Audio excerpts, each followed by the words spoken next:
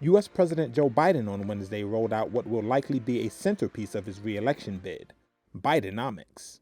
Bidenomics is working. When I took office, the pandemic was raging and our economy was reeling. Today, the U.S. has the highest economic growth rate, leading the world economies since the pandemic, the highest in the world.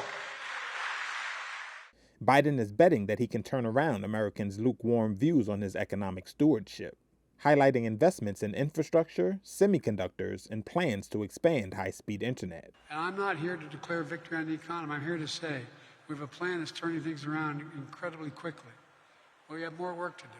It's a gamble for the Democratic president.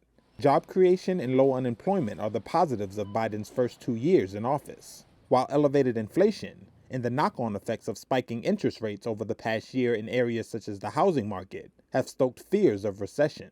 But he's committed to winning over skeptics, and on Wednesday cited what he suggested was one example: Alabama Republican Senator Tommy Tuberville, who opposed Biden's $1 trillion bipartisan infrastructure plan. People strenuously opposed voting against it when we had this going on. Well, there's a guy named Tuberville, Senator from Alabama, who announced that he strongly opposed the legislation.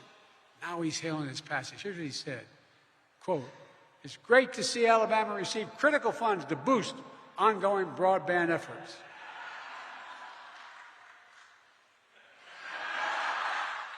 Biden added that the next phase would include making the federal tax system fair by eliminating loopholes for the wealthy. Whether Biden's message Wednesday will break through is an open question.